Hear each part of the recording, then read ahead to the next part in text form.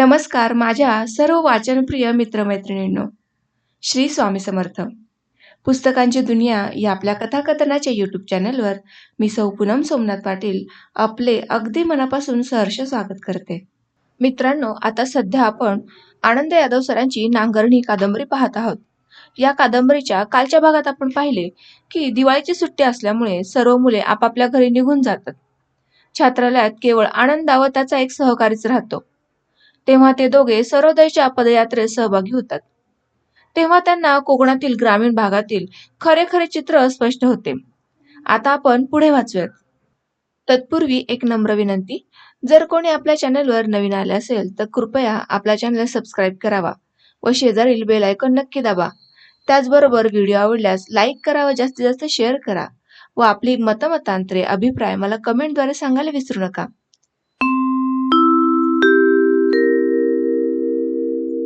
गोपुरीहून रत्नागिरीला परत आलो. गावाकडचं एक पत्र येऊन पडलं होतं. वाचून मी हादरून गेलो. आईनं पत्रात लिहिलं होतं, मालकाला बाळ्या बैलानं मारलंय, त्याची मांडी फाडली, त्याला कोल्हापूरच्या दवाखान्यात नेऊन टाकलंय. 8 दिवस झालं. 6 टाकं पडल्यात. इकडं मळ्यातली कामधाम खुळंबल्यात. पिकात तण मायना झाले. मालक मळ्यात वस्तीला नसल्याचं साऱ्या गावाला कळलंय. रातचं चोर येऊन माळवं चोरून नेतात. चोरांनी कवा पत्त्या नाही ते उसत ठेवलेली मोठ चोरून नेली. तू गेल्यापासनं मळ्याचा सगळा इस्कोट झालाय. आता तर धड वस्तीला जायला बी कुणी नाही. थंडीचा दिस. मालकाला बघायला 4 दिवस येऊन जा. मळ्याची दशा बघून त्याला शिस्त लावावी असं वाटलं तर इथं राहा, नाहीतर समद जागच्या जागेला सोडून जा मोहर शिकायला. तुझी आई. काळजाचं पाणी झालं. बाळाबैल मारका होता, पण तो दादाला कधी मारत नव्हता. त्याला तो भीत होता. तरीही त्यानं दादाला मारला असणार याची खात्री होती. तो बेलाग बैल होता. आता दादाला कोल्हापूरच्या दवाखान्यात टाकले म्हणजे खर्च आलाच. दादा धड असलं तर सगळं मळ धड, नाहीतर काय खरं नव्ह. एवढी महिनाभर सुट्टी पडली. थोडं दिवस जरी गावाकडे गेलो असतो तर बरं झालं असतं. दिवाळी तोंडावर 2 दिवस हाय म्हणताना येतो. 5-6 दिवस राहून परत फिरेन. कॉलेजचा अभ्यास करायला पाहिजे असं आईला पत्र लिहिलं होतं. पण ती आईची नुसती फसवणूक होती. दिवाळीपर्यंत आईनं माझी शांत चित्ताने येण्याची वाट बघावी. सुट्टी पडली ये म्हणून तिनं पत्र पाठवू नये म्हणून मी ही युक्ती केली होती. आणि ऐन दिवाळीच्या मोक्याला सविस्तर पत्र लिहिलं होतं की कॉलेजचा अभ्यास खूप पडत असल्यामुळं मी येऊ शकत नाही. एखाद्या वेळेस नाताळच्या सुट्टीत येईन. पण हा सगळा प्रकार टोलवाटोलवीचा होता. सुट्टीत 4 पैसे मिळावेत ह्या उद्देशानं मी असं केलं होतं. पण तेही फार साधलं नाही. सगळंच चुकलं. आता गेलं पाहिजे. सुगी तोंडावर आलीये आणि मळ्यात कुणी करतं माणूस नाही. पदयात्रेत फिरलो तेवढं जरी दिवस गावाकडे गेलो असतो नि मळ्यात कामं केली असती तर माझं खरंखुरं श्रमदान झालं असतं. ते सार्थकी लागलं असतं. दरवर्षी ह्या दिवसात गावाकडं घाणा होतोया. तेवढा करून आलो असतो तर दादाला कितीक मदत झाली असती. कदाचित दादाला बैलानं मारलं बी नसतं. दोघांनी मिळून त्याला झुपला असता. ह्या दिवसात जनावर माजलेलं असतंय. पाऊसबळ बसून राहतंय. हिरवा चारा खाऊन त्याच्या अंगात रग मस्ती येते. अशा वक्ताला त्याच्या संग जपून राहावं लागतं. एखाद्या वक्ती बाळ्या बैलाला औत अवजाराला झुपून काढला असेल. सोडताना बैलानं त्याला मारलं असेल. किती मांडी फाडली या कुणाला दखल. मी पत्र हातात घेऊन आचारिका बिचारी होऊन खुळ्यासारखा बसलो. 2दा ते वाचलं. वाचता वाचता एक गोष्ट ध्यानात आली की अक्षर आबाजी सनगरचं नाही. आई बहुतेक पत्र आबाजीकडनं लिहून घेत होती. आबाजी ते सगळं लिहायचा आणि आपल्याही 2-3 ओळी लिहून वस्तुस्थिती काय आहे ते सांगायचा. कधी मधु सनगराकडं पत्र लिहून घ्यायचे. पण यावेळी कुणाचं तरी वेगळंच अक्षर वाटत होतं. या दोघांपैकी एकाचंही ते नव्हतं. म्हणून मी शिरपाला आणि आबाजीला ताबडतोब एक पत्र पाठवलं आणि आईनं मला पाठवलेल्या पत्रातला मजकुराचा आशय त्यांना कळवला. त्याप्रमाणे घरात घडलंय का ते लगेच पत्रानं मला कळवायला सांगितलं. 8-9 दिवसात दोघांचीही उत्तर आली की इकडचं सगळं व्यवस्थित आहे. काळजी करण्याचं कारण नाही. शिरपानं रटफ करत सविस्तर कळवलं होतं. दादाला बैलानं वगैरे काही मारलं नव्हतं. गुऱ्हाळ लावायचं होतं. म्हणून मी तिथं असणं अतिशय जरुरीचं होतं, असं दादाला वाटत होतं. कारण घाणेकरी, फडकरी, चिपाडं, कोलमणाऱ्या बायका यांचा पगार हिशेब ठेवून करणं जरुरीचं होतं. गुळाच्या ढेपा मोजून गाडीत चढवणं जरूर होतं. इंजिनवाल्या मालकाला गुळाच्या ढेपांच्या प्रमाणात गुऱ्हाळाचे पैसे हिशोबाने देण्याची गरज होती. हे सगळं प्रत्येक वर्षी हिशोब ठेवून मी करत होतो. अडाणी दादाला ते हिशोब जमणं शक्य नव्हतं. दुसरं कुणी नीट हिशोब रोजच्या रोज मांडून ठेवण्यासारखं घरात नव्हतं. दादाचा बाहेरच्या माणसावर विश्वास नव्हता. म्हणून त्याची पंचायत झाली होती. आईला मला सारखं बघावंसं वाटत होतं. उसाचा रस, ताजा गूळ, ताज्या गुळाचं आणि चिरमुऱ्याचं लाडू यांचा मी फार आशिक होतो. आईला वाटलं, मी गुऱ्हाळाच्या दिवसात गावाकडे यावं, थोडं खावं प्यावं, जमलं तर मी कागलातच राहावं, म्हणून दोघांनी मिळून हे पत्र लिहिलं होतं. शिरपानं सगळी बित्तम बातमी माझ्या घरातल्या भावंडांकडे काढली होती. हसत खेळत प्रत्यक्ष अप्रत्यक्ष सगळी वस्तुस्थिती समजून घेतली होती. वरवर घरच्यांच्या बाजूनं तो माझ्या विरोधात बोलत होता आणि घरच्यांची चाचपणी करत होता. सगळा बेरकीपणा वापरून पोटात शिरत होता आणि आतलं बाहेर काढत होता. आईदादाचा डाव माझ्या ध्यानात आला आणि माझ्या मनाचा भडका उडाला. त्या रागेत मी वाटेल ते बोलणार. माझ्या उभ्या जन्माचं नुकसान करायला तुम्ही दोघे कसे टपले आहात? आतापर्यंत तुम्ही माझा कसा कसा छळ केला आहे. आताशी मला कसं शिकू देत नाही आहात हे सांगणारं पत्र लिहिलं. पाकिटात घालून ते ठेवून दिलं. सकाळी कॉलेजला जाताना पोस्टात टाकण्याचा विचार होता. आता तासरात होऊन गेली होती. 8-10 दिवस मनाला असलेली बैचेनी शिरपाच्या पत्रानं नाहीशी झाली. सुखानं झोपी गेलो. सकाळी उठलो तेव्हा लक्षात आलं की मी रत्नागिरीत आहे. रात्रभर गावाकडची इतकी स्वप्न पडत गेली की मी गावाकडेच आहे असं वाटत होतं. 6माही परीक्षा संपवून मी गावाकडे गेलो होतो. मळ्यातली तुंबलेली कामं रेड्याची ताकद लावून ओढून काढत होतो. सुट्टीच्या आत मला ती संपवायची होती. आई सकाळ संध्याकाळ माझ्या आवडीचा खाना करून मला घालत होती. बुंदीचे लाडू, कडबोळी, अढीच्या भोपळ्याच्या घाऱ्या, खारट सांडगे, पोपळ्यांची भाजी, चिरमुराचे लाडू यांचा नुसता मारा चालला होता. सकाळी प्रेमानं वागत होती. शिकायला जाऊ न ग, आमच्यात राहा, किती किती चोपून गेलायस असं म्हणत होती. कागलात होतास तेव्हा दल दुप्पट होतास. रत्नागिरीत भात खाऊन खाऊन नुसता पण पापुद्रा उरलायस असं म्हणत होती. मलाही राहावंसं वाटत होतं. आणि मळ्यात वस्तीला राहिलेला मी सकाळी उठलो तेव्हा रत्नागिरीत होतो.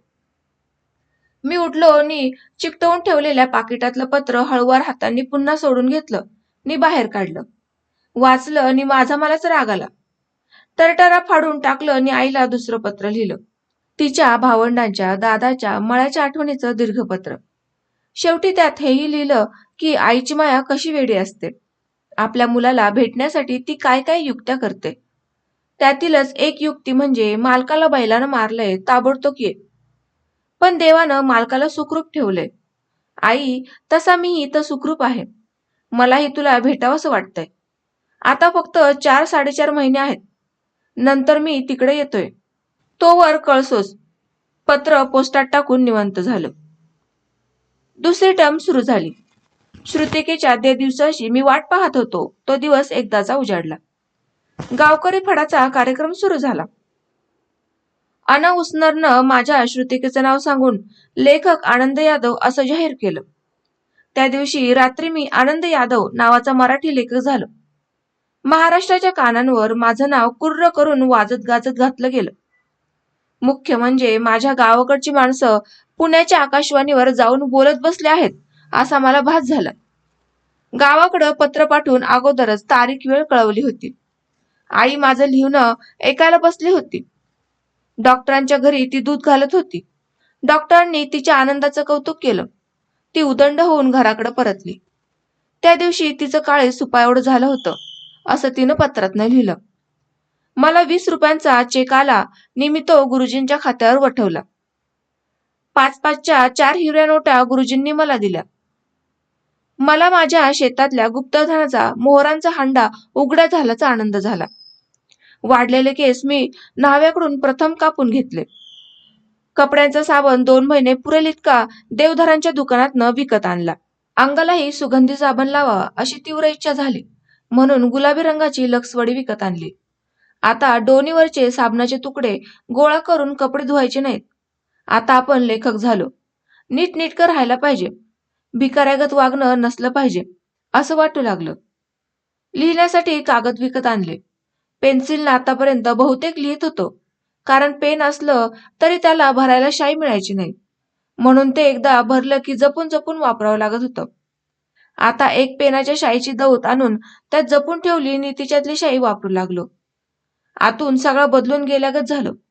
आबा तुकाराम यांना हॉटेलात चोरून चहा दिला. माझ्या कमाईचे एकदम एवढे पैसे एवढ्या श्रमात मला प्रथमच मिळाले होते. ते परीक्षा होऊन जाईपर्यंत माझ्या खिशात सारखे खुळखुळत राहिले. माझ्या साहित्याच्या मानसिक किमतीबरोबरच त्याची आर्थिक किंमतही मला कळाली. मी, तुकाराम आणि आबा असे तिघे विद्यार्थी सोडले तर छात्रालयात सगळे हायस्कूलचे विद्यार्थी असल्यानं त्यांच्या मनात भूदानाची भूमिका, त्यांचं तत्वज्ञान, भूदान कार्यकर्त्यांचा मोठेपणा, आदर्श यांविषयी खास जाणीवा नव्हत्या. ही मुलं एखाद्या बोर्डिंगात राहण्याच्या ऐवजी सर्वोदय छात्रालयात राहायला आली होती. त्यातील 5-6 जणांचे वडील किंवा चुलते किंवा थोरले बंधू सर्वोदयात कार्यकर्ते होते. बाकीच्यांचे कुणीतरी ओळखीपाळखीचे सर्वोदयात होते. त्यांनी या विद्यार्थ्यांना छात्रालयात प्रवेश मिळवून दिलेला.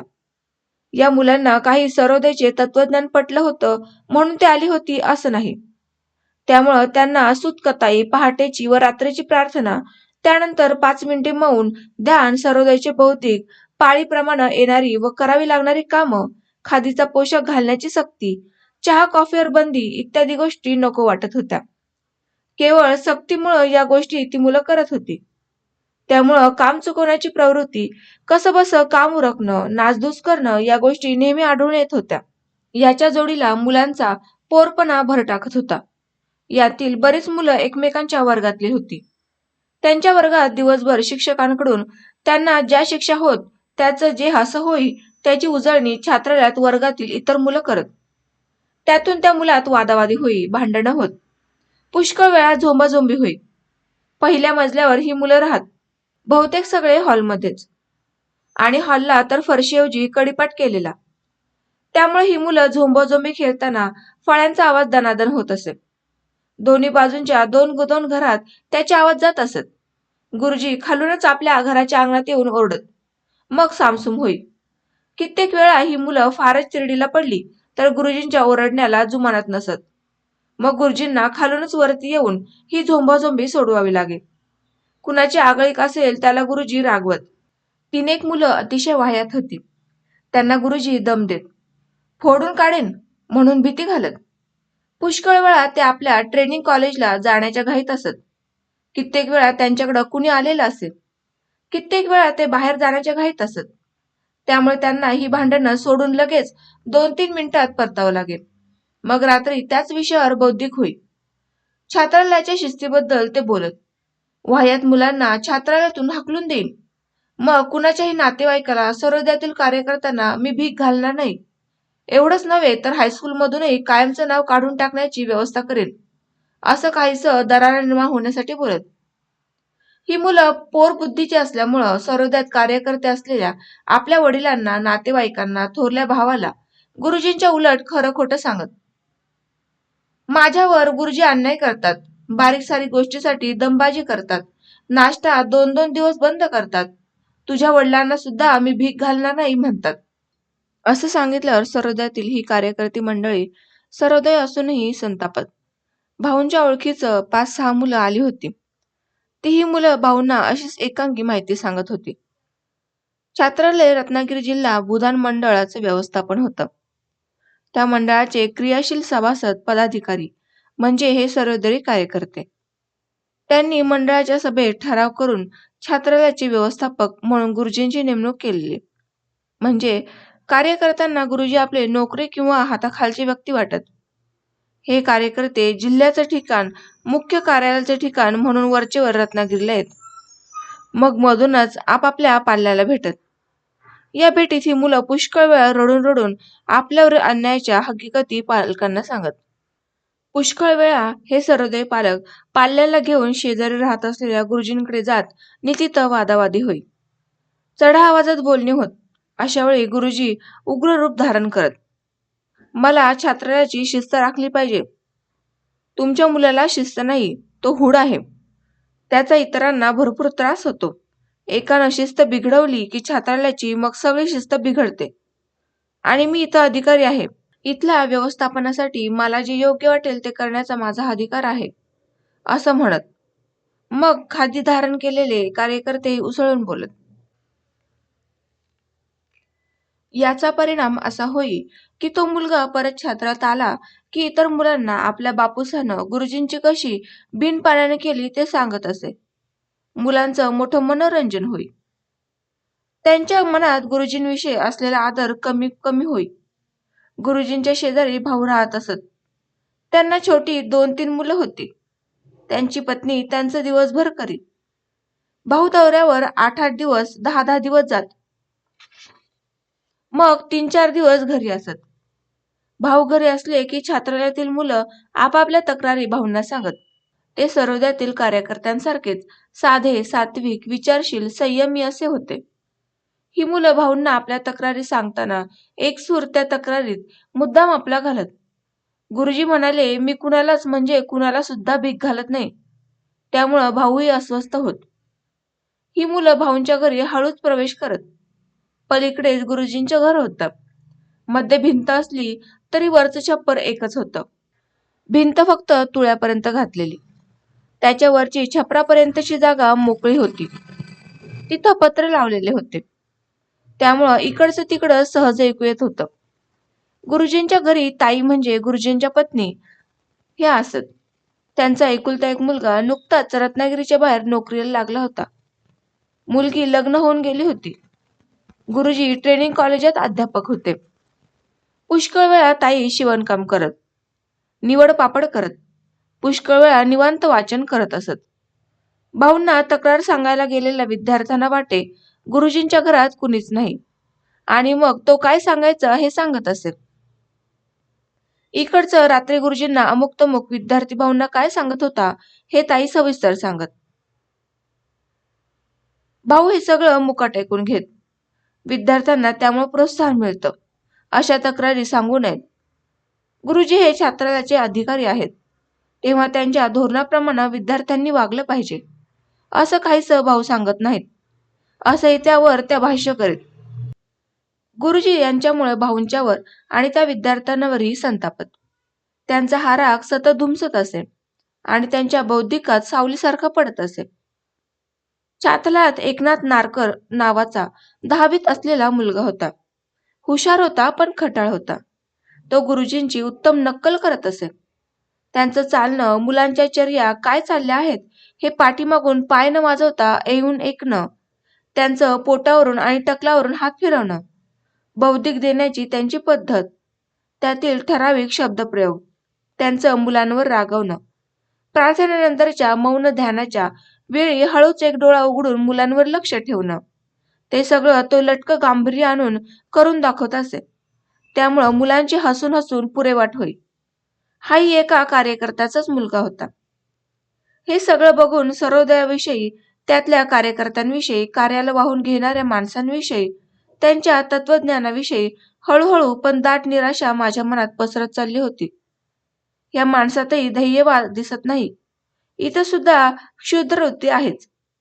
ज्या मुलांना अन्न मिळत नाही, निवारा मिळत नाही, शिकायची आर्थिक कुवत नाही, त्यांना इथं आणायचं सोडून सगळ्या कार्यकर्त्यांनी आपापली मुलं भरलेली आहेत.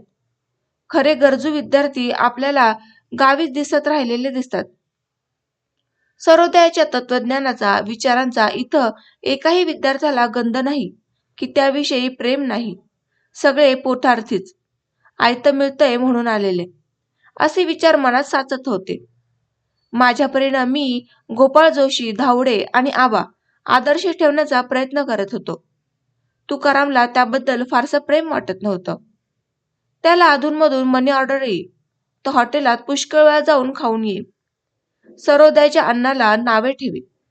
कॉलेजला जाताना, संध्याकाळी फिरायला जाताना आपल्या वाढलेल्या कुरळ्या केसांचा तो छान भांग पाडत असे. आनंदात राहावं असं त्याला वाटे. छात्रालयातलं एकही वाटणीचं काम तो नीट करत नव्हता. त्याचं स्वतःचं ताट, तांब्या, वाटी हेही तो कधी घासत नसे. नुसतं बुचकाळून काढी. तुकाराम, अरे ती जेवणाची भांडी तरी नीट घास ना. किती डाग पडलेत त्याच्यावर. न राहून मी म्हणे, आवशिक रे खावान. आईक पत्र लिवान कित्येक दिवस उगारले मारे. पण अजून ती येणासच नाही. आईला कशाला पत्र पाठवलंस? मग ही भांडी घासाक नको? म्हणाव लिवला असा. ती येईल तेव्हा घासतील. मेल्या, भांडी काय पुरुषांनी घासूक असतात का? असं तो गमतीनं स्पष्टीकरण दे.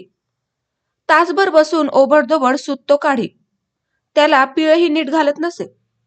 ठराविक सूत आठवड्यात करण्याची सक्ती होती. अशा वेळी हायस्कूलमधल्या मुलांना आपले पेरू देऊन वर तो काही पैसे देई आणि त्यांच्याकडून सूत विकत घेई. मी गुरुजींच्या पुढे तो आदळे. गुरुजींना हमका संशय येई. तूच कातलंस हे सूत? ते सुताकडे आणि त्याच्याकडे रोखून बघत विचारत. होय गुरुजी, शपथ. धाडदिशी तो शपथ घेई. अरे पण कताईला कधी बसताना दिसत नाहीस तू? रोज बसते गुरुजी, पण मी दुपारी बसते. तुम्ही तेव्हा कॉलेजात गेलेला असता. सांचा माका छात्रालयात बसवत नाही ना. दिसभर मी छात्रालयात असतंय तेव्हा सांच्याक फिरायला जाते. आरोग्याक तबारा असता गुरुजी. तो साळसूतपणे वागत खट्याळपणा करत असे. संध्याकाळची सुतकताईची वेळ ही चुकीची आहे. मुलांना ती बाहेर फिरण्याची आणि खेळण्याची वेळ वाटते असं त्याला सुचवायचं असे. पण गुरुजी तिकडे दुर्लक्ष करत. मुलांच्या बरोबर त्याच्या गप्पा टवळ्या नेहमी चालत. कुठली तरी विनोदी मासिक किस्से तो मित्रांकडून जमा करत असे. अधूनमधून मला गमती जमती सांगत असे. मला खोलीत कंटाळा आला की मी त्याच्याशी गप्पा मारी. मग वाचलेले ऐकलेले विनोद भरपूर सांगून तो स्वतःच्या बरोबर माझी पण करमणूक करी. घरचं पत्र आलं की मग मात्र तो एखादा दिवस व्याकुळ झाल्यासारखा वाटे. गंभीर होऊन आड्याकडं बघत पडून राहील. नव्यानं पिंजऱ्यात घातलेल्या पाखरासारखी त्याची केविलवाणी अवस्था होई. गुरुजी ध्यानाचं, मौनाचं सर्वोदयी महत्व नेहमी सांगत. त्यामुळं प्रत्येक प्रार्थनेच्या नंतर 5-6 मिनिटं मौन ध्यान करत असे. पहाटेच्या प्रार्थनेनंतर मौन ध्यान चालू असताना पुष्कळ विद्यार्थ्यांना डुलकी येई. बसल्या जागीच त्यांचा तोल जाई. त्यांना झोप आवरेनाशी होई. शेजारचे विद्यार्थी त्याला डिवचून जागे करत. मग दोघातच डिवचाडिवची चालून डोळे वटारणे चालू झालेले असे. गुरुजींना या प्रकाराची कल्पना होती. त्यामुळे तेही प्रत्यक्ष डोळे मिटून ध्यान चाललेलं असताना मधूनच डोळे उघडत आणि कोण पेंगतोय काय, कोण खोड्या करतोय काय हे पाहून घेत. त्यांचं हे डोळे उघडणं मजेशीर असे. ते हळूच अर्धवट एक डोळा उघडत नि सर्वांवर एकाच डोळ्याने डोळा ठेवत. त्यांना वाटे आपला हा अर्धा डोळा कुणाच्या लक्षात येणार नाही आणि आपल्याला तर कोण ध्यान नीट करत नाही हे कळेल. पण ही गोष्ट एकनाथ नारकरच्या लक्षात गेल्याच वर्षी आलेली होती. मला ते खरं वाटत नसे. गुरुजी स्वतःचेच असं विसंगत वागतील यावर माझा विश्वास नव्हता. एक दिवस मी शेवटच्या टोकाला अंधारात बसून त्याचा तपास करायचा असं ठरवलं. त्या दिवशी मी चेहरा लपून डोळे उघडेच ठेवले नि गुरुजींच्या डोळ्यांवर लक्ष ठेवून बसलो.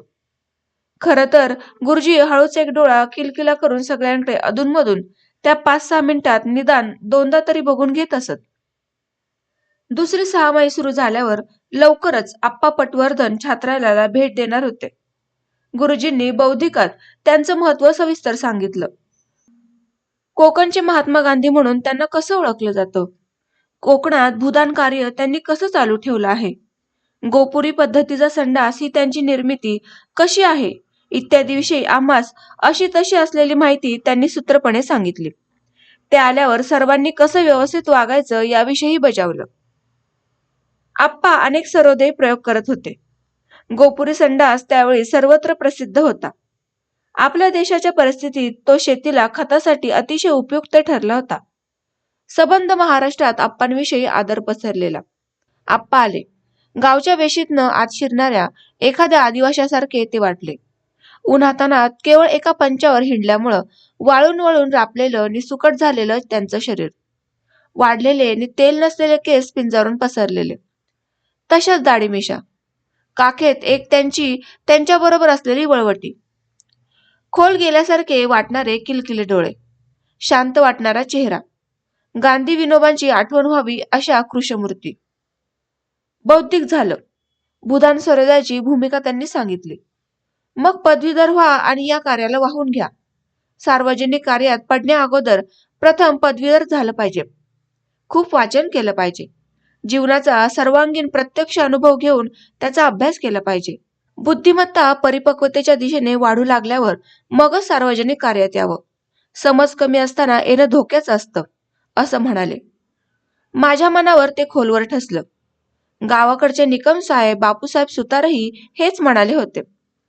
मुलांना उद्देशून त्यांनी आणखी एक गोष्ट सांगितली. आमच्याबरोबर ते पंक्तीला जेवायला बसले होते. त्यावेळी एक गोष्ट कळली. ते दूध घेत नव्हते. दूध हे त्यांनी वर्ज्य मानलं होतं.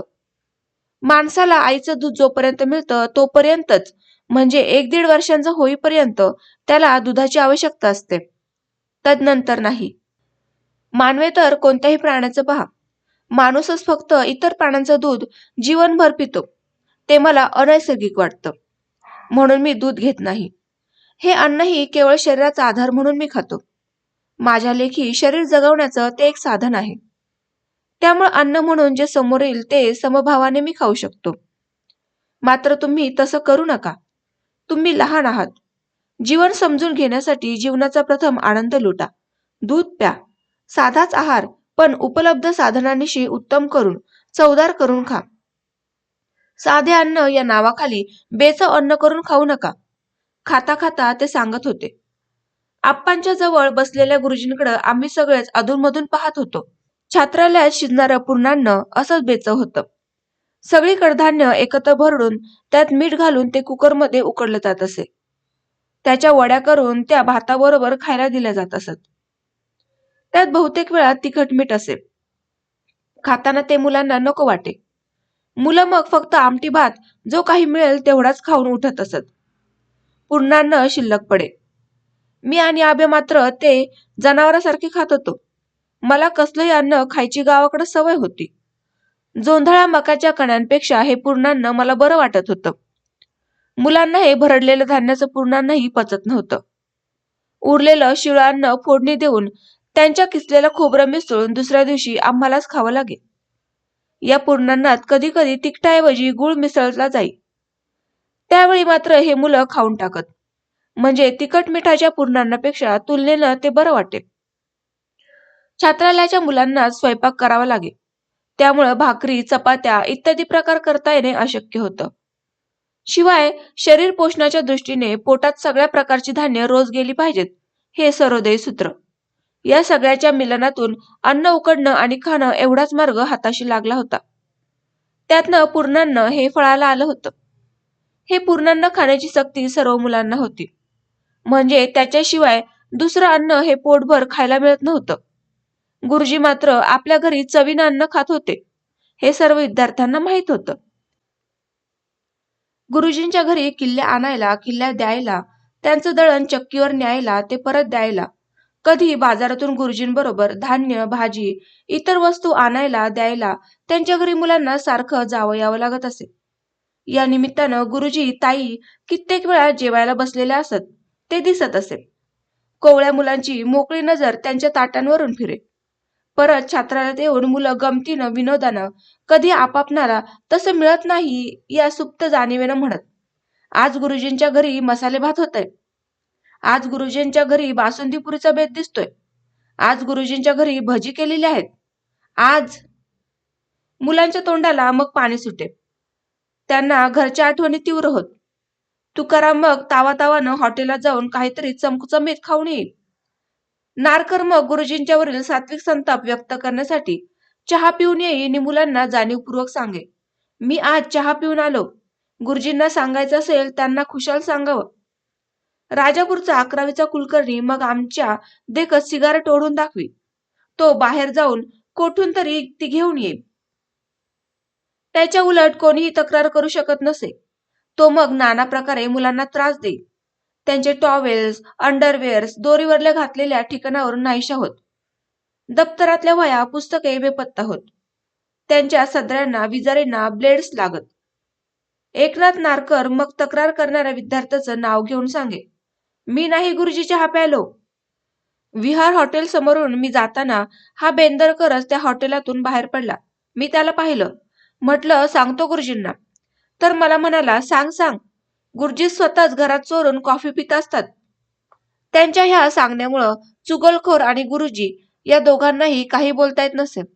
कारण गुरुजी घरी कॉफी घेतात हे नारकरला माहित होतं. तुकारामलाही याचा पत्ता लागला होता. मी आबा या बाबतीत उदास होतो. गुरुजी चहा कॉफी घेत नसावेत असं वाटत होतं. ताईंना घरी काय शिजवावं आणि काय खावं याचा अधिकार होता. ते एक घर होतं. तिथं इतरही माणसं जात येत होती. त्यांचा पाहुणचार करावा लागत होता. त्यांना 2 मुलं होती. त्यांना खाऊ पिऊ घालावं लागत होतं. याची आम्हाला कल्पना होती. याबाबत माझ्यापेक्षा आबा जास्त विचारानं वागत होता. मला त्याच्या प्रौढ वर्तनामुळं आदरणीय वाटत होता. शांतपणानं तो हायस्कूलच्या मुलांचे वाद कित्येक वेळा मिटवून टाके. मुलांचा सेक्रेटरी म्हणून तो काम पाहत होता. कोठी घराच्या चाव्या गुरुजी पुष्कळ वेळा त्याच्याकडे देऊन ठेवत. स्वयंपाकासाठी लागणारं साहित्य, नाश्त्यासाठी लागणाऱ्या वस्तू तोच कोठी घरातून आम्हाला काढून देई. मात्र आप्पा पटवर्धन आमच्यात एक दिवस राहून गेल्यावर आम्हाला वेगळा उत्साह वाटू लागला. मुलं आपापसात चर्चा करू लागली. ही चर्चा प्रामुख्यानं अन्नाविषयी, नाश्त्याविषयी होती.